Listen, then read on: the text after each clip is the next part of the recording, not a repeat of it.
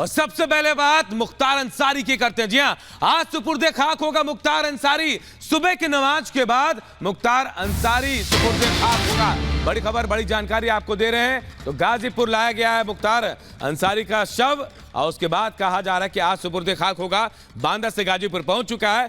कालीबाग कब्रिस्तान में दफन किया जाएगा मुख्तार अंसारी को। गाजीपुर में बड़ी संख्या में पुलिस बल की तैनाती भी कर दी गई है। तो बड़ी खबर आपको बता रहे हैं, माफिया का अंत हो गया है और अब आज सुपुर्दे खाक करने की तैयारी चल रही है। इस वक्त गाजीपुर में बांदा से गाजीपुर मुख्तार का शव ले आया गया है। एहतियातन गाजीपुर में बड़ी संख्या में पुलिस बल की तैनाती कर दी गई है। कालीबाग कब्रिस्तान में सुपुर्दे खाक किया जाएगा मुख्तार अंसारी। तस्वीरें भी हम आपको दिखा रहे हैं। जब गाड़ी एम्बुलेंस में मुख्तार का शव लेकर बांदा से गाजीपुर के लिए निकला गया था, उस वक्त की तस्वीरें हम आपको दिखा रहे हैं। और आज सुबह की नमाज के बाद, जी हाँ, सुबह की नमाज के बाद मुख्तार को सुपुर्दे खाक किया जाएगा। तो पूरी तैयारी और एहतियातन देखिए, सुरक्षा व्यवस्था भी चाक चौबंद कर दी गई है। पूरे गाजीपुर में भारी पुलिस बल की तैनाती की गई है। गाजीपुर में शव पहुंच चुका है क्योंकि आज सुपुर्दे खाक होना है सुबह की नमाज के बाद। सुबह की नमाज के बाद गाजीपुर में ही कालीबाग कब्रिस्तान में सुपुर्दे खाक किया जाएगा मुख्तार अंसारी को। तो आज जहां मुख्तार अंसारी को सुपुर्दे खाक किया जाएगा, तो मुख्तार अंसारी के बेटे अब्बास अंसारी ने सुप्रीम कोर्ट में गुहार लगाई है और जनाजे में शामिल होने की मांग की। तो कड़ी सुरक्षा के बीच जहां गाजीपुर पहुंचा है मुख्तार अंसारी का शव, तो वहीं मुख्तार अंसारी के बेटे अब्बास अंसारी ने सुप्रीम कोर्ट में गुहार लगाई है, जो कि कासगंज जेल में इस वक्त बंद है। और उसने गुहार लगाई है सुप्रीम कोर्ट से कि जनाजे में शामिल होने की अनुमति दी जाए। मुख्तार अंसारी के जनाजे में जहां बड़ी संख्या में आज लोग पहुंचने वाले, क्योंकि कल ही जब शव पहुंचा तो भारी भीड़ वहां पर नजर आ रही थी और पुलिस फोर्स की भी तैनाती की गई है। साथ ही साथ अब्बास अंसारी ने भी पिता के जनाजे में शामिल होने की मांग की है सुप्रीम कोर्ट से। और देखिए, एक और बड़ी खबर मुख्तार अंसारी की मौत से जुड़ी। मुख्तार की मौत पर सियासत भी जारी है। बांदा में मुख्तार का पोस्टमार्टम हुआ और प्राइमरी रिपोर्ट में मौत की वजह हार्ट अटैक बताई जा रही है। इससे पहले कई तरह के सवाल उठ रहे थे, कई विपक्षी पार्टियों ने कई सवाल उठाए, लेकिन अब पोस्टमार्टम रिपोर्ट आ गई है मुख्तार की और उसमें खुलासा हुआ है। प्राइमरी रिपोर्ट जो है वो उसमें मौत की वजह हार्ट अटैक बताया जा रहा है। तो देखिए, एक तरफ मौत पर सियासत हो रही, तो दूसरी तरफ हार्ट अटैक जो वजह है वो पोस्टमार्टम में साफ हो गई है।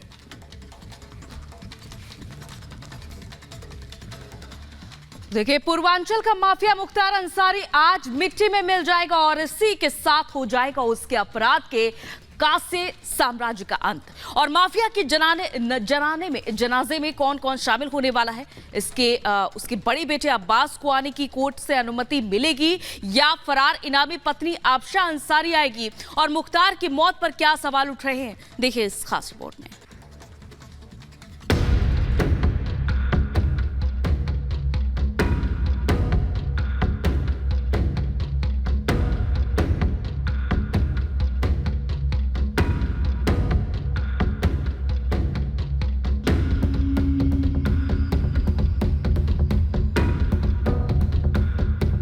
बिना चिट्ठी बिना पैगाम इंसानों को मौत की नींद सुलाने वाला पूर्वांचल का माफिया, अपराध जगत का बाहुबली अब अपने आखिरी सफर पर है। जिसके नाम से उत्तर प्रदेश का पुलिस प्रशासन कांपता था, चलने में ठसक नहीं अकड़ होती थी, आज उसके शरीर में कोई कंपन नहीं थी। जो गाजीपुर जाने के लिए बेताब रहा, जिसे अपनी मां के जनाजे में शामिल होने तक का मौका नहीं मिला, आज वो अपने गृह जनपद पहुंचा भी तो बेजान होकर।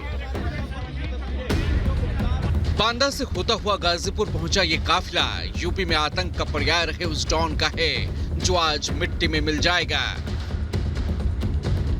आज खत्म हो जाएगा उसके अपराध का काला साम्राज्य, ढह जाएगा उसके दहशत का किला।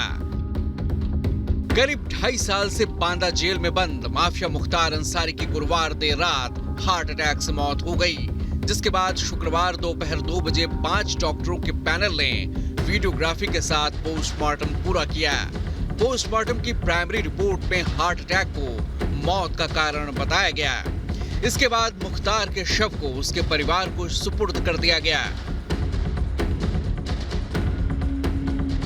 वो मुख्तार जो एक बड़े काफिले के साथ यूपी में अपनी दहशत का सिक्का चलाता था, वो अपने आखिरी सफर में भी बड़े लाओ लश्कर के साथ आगे बढ़ा। 26 गाड़ियों के काफिले के साथ वो बांदा से प्रयागराज, वाराणसी होते हुए माफिया का शव गाजीपुर पहुंचा। इस काफिले में उसके परिवार की गाड़ी के साथ साथ पुलिस प्रशासन की गाड़ी भी मौजूद थी।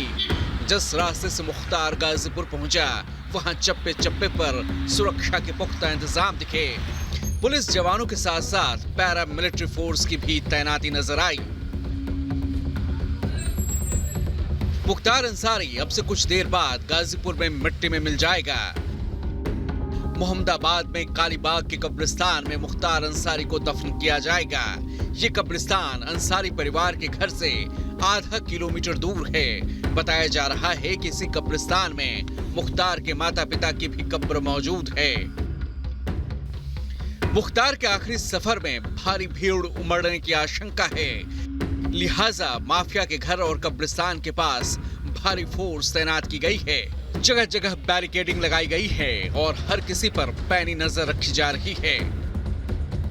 मुख्तार अंसारी का शव बांदा से अब पहुंच चुका है उनके घर पर। ये उनके घर की तरफ जाने का रास्ता है। आप देखेंगे तमाम जो उनके जाने वाले लोग हैं, उनके पड़ोसी हैं, उनको मानने वाले लोग हैं, वो घर की तरफ से बाहर आ रहे हैं। अब लंबी दूरी तय कर शव यहाँ पे पहुंचा। उनके छोटे बेटे वहाँ मौजूद रहे हैं जिन्होंने रिसीव किया। आप देखेंगे कि ठीक सामने घर के काफ़ी पुलिस बंदोबस्त है। इसके अलावा परिवार के लोग भी मौजूद हैं। मुख्तार को जब सुपुर्दे खाक किया जाएगा, उस वक्त उसके छोटे बेटे उमर के अलावा परिवार के कई लोग मौजूद होंगे, लेकिन इस दौरान नहीं होगी उसकी पत्नी अफसा अंसारी। तो वहीं बड़े बेटे अब्बास ने जनाजे में शामिल होने के लिए सुप्रीम कोर्ट में अर्जी लगाई है। अब्बास ने यह अपील शुक्रवार को ही की थी, लेकिन छुट्टी होने के चलते कोई समाधान नहीं निकल पाया। लिहाजा अब्बास अंसारी के वकील ने सुप्रीम कोर्ट के वेकेशन ऑफिसर से संपर्क किया और कोर्ट से जल्द इस मांग पर सुनवाई की अपील की। उधर दूसरी तरफ मुख्तार की मौत को लेकर उसका परिवार लगातार सवाल खड़े कर रहा है। बाराबंकी कोर्ट में माफिया के वकील ने एफआईआर दर्ज करने की तहरीर दी है। ये एफआईआर बांदा जेल प्रशासन के खिलाफ करने की मांग की गई है।